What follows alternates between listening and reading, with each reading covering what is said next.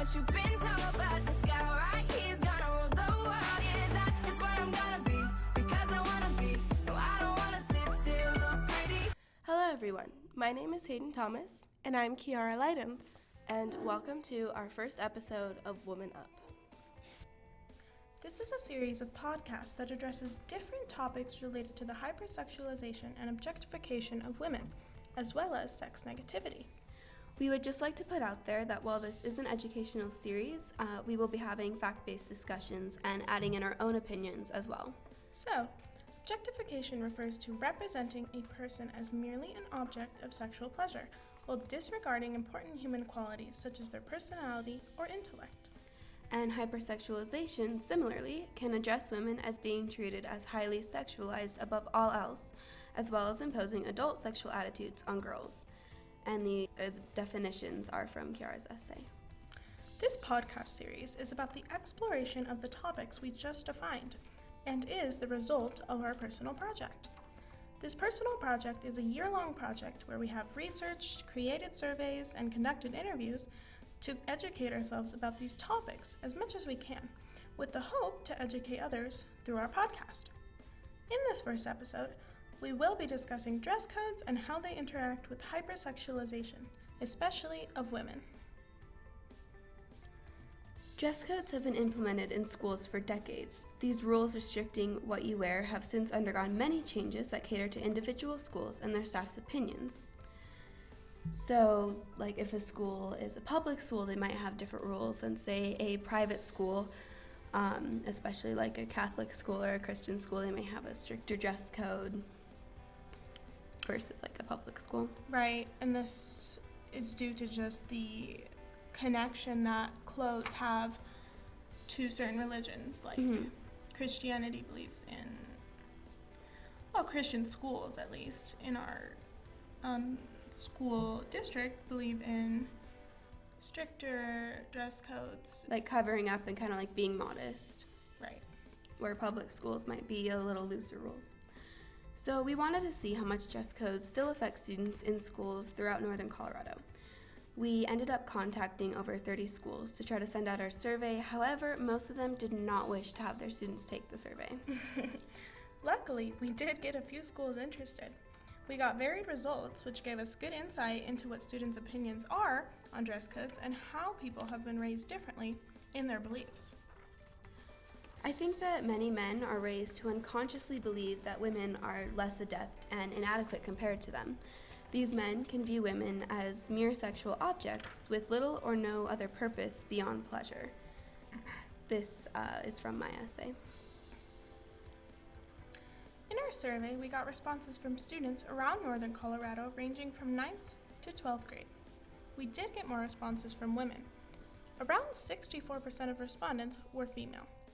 Out of these 469 students that were surveyed, about 60% of students stated that their school enforced the dress code to some extent. Some students, nonetheless, had strong opinions about the dress code. A great deal of students, overwhelmingly female, had been dress coded, and they most commonly described the experience as humiliating and unnecessary. So we pulled a couple of quotes from the survey, and one student responded with the following. Dress codes are used to not only limit the expression that a student has, but also shame young girls for parts of their body that they have no control over. Although my school has a dress code, I ignore it. If a grown man or fellow student cannot control themselves around my body, then they are the problem. Another student agreed. I feel dress codes are unnecessary and degrading. Specifically, they teach men that women are objects and the way we dress should affect them. I believe that we desensitize men to women being inherently sexual no matter where or what we are wearing. Society would be benefited. So, I don't know, it was really interesting to read all of these results and just see like what people talked about and what their opinions were on this, because when we first sent out the survey, we didn't know if other people thought that a dress code was a big issue or something that they wanted to talk about. Right. And I mean, I think we found that a lot of people are pretty passionate about this just from reading like what they have said. Yeah, I think there was a lot of different opinions. I was expecting kind of either neutrality or just maybe some girls who were angry about it. But I didn't expect people to be, Like for the dress code? right. Yeah. But we did get a lot of those. One response goes as following. I think dress codes are important. Isn't school teaching us about the adult world? I know in the professional workplace you can't wear whatever you want. One response refuted the previous response with this. No one is going to come to school naked. No one cares about shoulders. Another student disagreed with the previous quote by saying, Dress codes prevent people from showing up naked. And I know a lot of responses clashed with each other, and the respondents just kind of argued with each other even though they weren't seeing what other people were writing. All of the things that were said clashed. I believe that the girl saying that the school dress code should be abolished, in my opinion, that's almost too rough because... I think that is a little harsh. I do think that there should be some form of dress code, but I guess the point that we're trying to bring across here is that it should not be super strict, and the problem that we have right now with the dress code that we have seen from the results of our survey is that it is unfairly kind of against women and what girls wear to school, because in all of our results I don't think we saw or read about a guy getting dress coded. Yeah, there was none of that, and apart from the hat epidemic, there was a lot of guys who complained about, having to not wear hats and things like that. And I think that's kind of silly. I think people should be able to wear hats, Right. but... Right, yeah.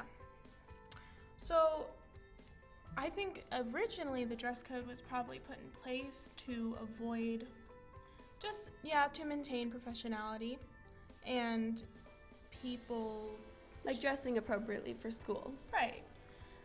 However, I think it has kind of spiraled into this thing of just because of all these factors, a lot of women's fashion, if you go to the store and you go to the women's clothing, there is a lot of leggings and crop tops, and it kind of shows your entire form, which is fine, but for guys usually it's looser jeans, t-shirts, and so I think that kind of changes it a little bit, where girls everyone wants to fit in, and so they're gonna wear different things, right?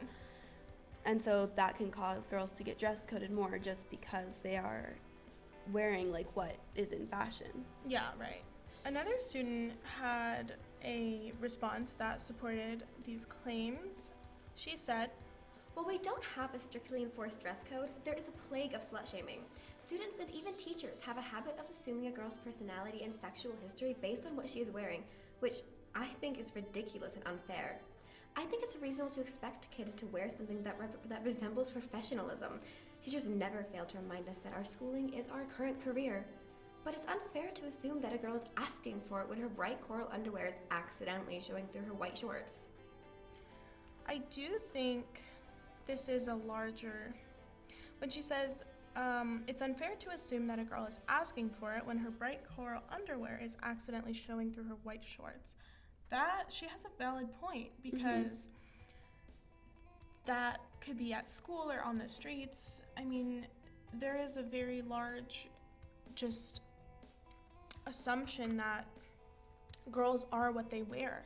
Right, that's true. And I think that she's bringing up a topic that's bigger than just being in school. Asking for it is kind of saying well, because you wore this, it's your fault that this happened. It's your fault you got dress coded. It's your fault that you got assaulted. It's kind of implying that. And so when teachers are dress coding, the reasons that they use can sometimes be, oh, you can't dress like that. It's attracting unwanted attention. That's right. And I feel like it's like this with a lot of different issues. It's teaching women to, cover up, dress nicely, act this way so that, men aren't looking at them, rather than teaching guys in school that hey, don't sexualize the shorts that the girl is wearing. Yeah, so there should be some on both parts, in that women should be taught to dress in a way that they feel confident and respectful towards their own bodies, and men should be taught that it's not appropriate to sexualize a woman based on what she's wearing on a hot summer day. Right, yeah. I just think that clothes, they can be a form of expression, and I know that there is a line between like what is appropriate and what's not appropriate, Right. you know, for school or for a work environment. Mhm. But I think that it's like a kind of a blurry line, and for a lot of teachers and schools, they do have more rules for women than Mhm. they do for guys. So I think that's like the issue. I don't think it's that having a dress code is bad. It's just the way that it is used and the way that teachers kind of use it to be like, oh, that's bad. Like, you know, kind of Right. blaming what they're wearing, you know, and sexualizing women. It's very personal also. I think teachers, so a school may have a dress code set in place, but I think you can get away with that with certain teachers, and with others, they notice right away. Right, yeah. And it also depends on like the teacher's mood or if they like a certain student or not. Yeah, definitely. So I think it's kind of hard because, you know, it can be very unfair for a lot of students. We saw in our survey, a lot of people were like, well, I would wear a tank top, and my friend would also wear a tank top, but only her or the friend would get dress coded and not both of them. Like, teachers almost would single out the students that maybe weren't their favorite or were acting differently than other students and kind of use the dress code as an excuse to discipline them. Which can be debilitating because a girl could be self-conscious for the entire day. I mean, that could be something that that girl is confident in wearing, and she just doesn't think of it as sexual. And then once a teacher brings attention to it, it's almost like, wow, my body is a sexual object. Yeah, that's very true. Like, if a teacher were to dress code me, which I think you have been dress coded, right? I have, yes. For your back, neither of us really thought of it as something that was sexy. Like, to me, backs are not, like, if you're wearing a shirt that is showing part of your back, it's not kind of attracting sexual attention, Yeah. in my opinion. But then once, like, the teacher kind of brought attention to that and was like, no, this is very inappropriate, you should not be wearing this, Mm-hmm. it kind of made me realize, like, oh, I wonder if other people are also seeing this in a sexual way and their opinions of me or of you are changing because of that. Right. So we would like to thank you for joining us today in our discussion about dress codes. And after the break, we are going to be talking about catcalling, which is shouting or hollering or honking at a woman or at someone, something of a sexual nature. We will be including personal experiences and interview tidbits regarding the matter. Hey, yo, Jason. Oh, yeah. Oh, yeah. Oh, yeah. Say something to her. Holla at her. Welcome back to Woman Up. Another issue that we have found to be very prevalent in our lives, unfortunately, is catcalling. The formal definition of catcalling is to make a whistle, shout, or comment of a sexual nature to a woman passing by. So an example of this would be if you're walking by and someone honks at you while they are driving and shouts like, oh, hey, mommy, at you. I myself have been catcalled a ton. Me too. One time I was walking on a trail near my house, and it was a very wide dirt trail, so cars could go on it, and they sometimes would as like a shortcut to get to the next road. And it was not too far from my neighborhood, and I was walking. I was wearing like full-length jeans, a jacket, and boots. Like, no skin was showing at all. And a car came and drove by, and it drove really close to me and slowed down, and a guy leaned out of his window and shouted at me to get in the car, which is catcalling, but also I think could be defined more as harassment, Right. as street harassment, which we will talk about next. But that is still shouting at someone. I've also been like biking, and people have yelled at me or honked at me a lot, or just like, you know, shouted just anything. Like, you can't really decipher what they're saying Yeah. in the moment, but it is something very degrading, like, damn, or like, I'd tap that, like, just stuff like that. And it just makes you think about how you are really just doing something that anyone does. You're riding a bike, you're Right. walking, and you're being paid attention to for the sexual parts of you. And that's what's degrading about it. Yeah, and then it makes you think, like, while I'm biking, I'm like, are my clothes inappropriate? Are people just staring at me? Or are they Right. looking at me? Like, you'll get a lot of looks from cars. As they're driving by, you'll see, like, heads turn, like, almost a 180 just to like stare at you for longer, and it's just like it makes you feel unsafe almost. It does. It's scary. I remember one time I was walking with you actually, and we had gone to a sports banquet, and so we were right outside our school, and we were wearing dresses, I do believe. Yeah, we were, because we had to dress fancy.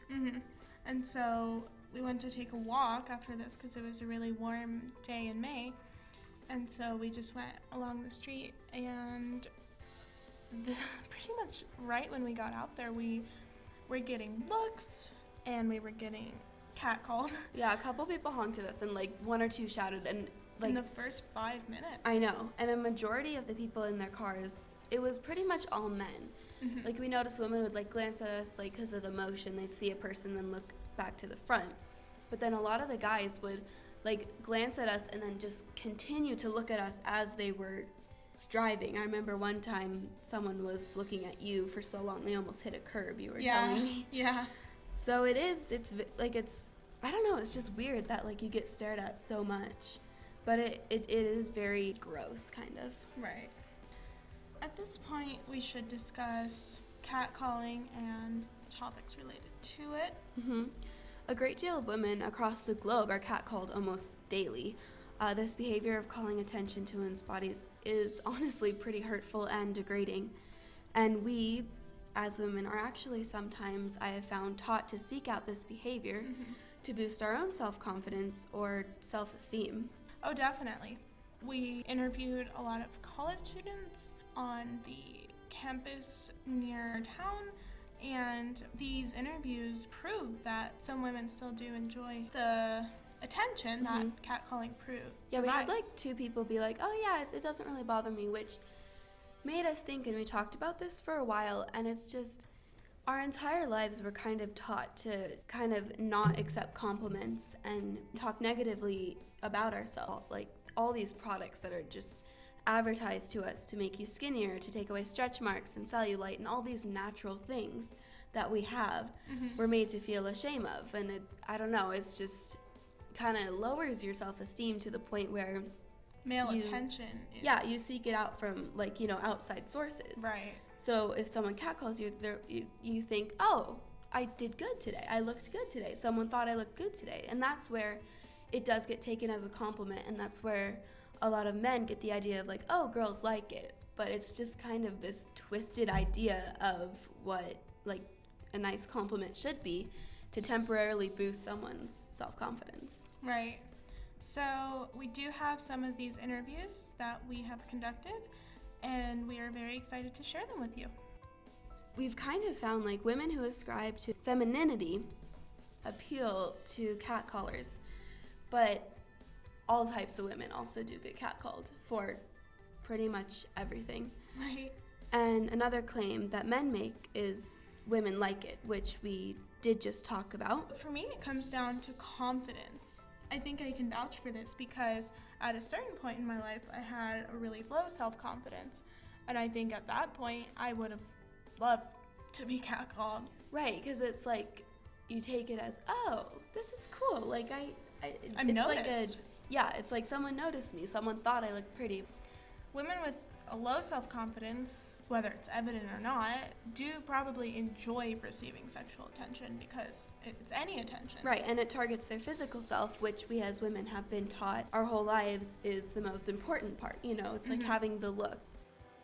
So we asked the women if they had ever been catcalled and how the experience made them feel. Okay, so our first question is, have you ever been catcalled? Yes. Yes. Usually while I'm running. Yes. Yeah. Is it like something that happens often, or? Well, like I used to walk to work, like down at the Phil Hills campus, and like literally every other time I'd walk, no matter what I was wearing, people would shout at me. Oh, it's totally like angry. It's a violation, when you're being looked at as like a sexual object. I don't know, if a man whistles or, yells like, hey, baby. Right. It's a total violation. I would agree. And you feel materialized and confused. Good words. Of meat. It's always not the most comfortable. Right. It'll happen at school, actually. It'll happen like in Old Town. It'll happen, I don't know, it basically happens wherever there's boys. I get pissed off. I'll curse at them. Usually kind of spit it back at them, or I'll flip them off. But like most of the time, unless it's like I feel threatened, like sometimes I feel really pissed and sometimes I get like really uncomfortable.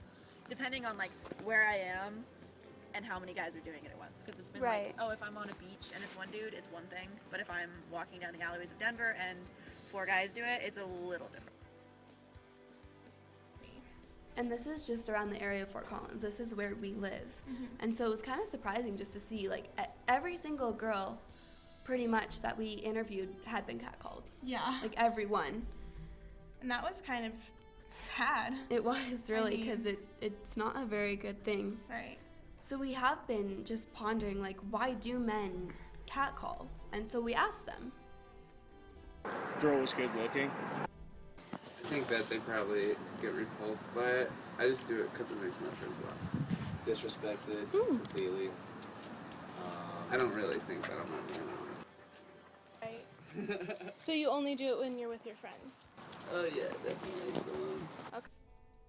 An online survey conducted by the Stop Street Harassment founder in 2007 to 2008 found that only 3 out of the 811 females surveyed had not been harassed.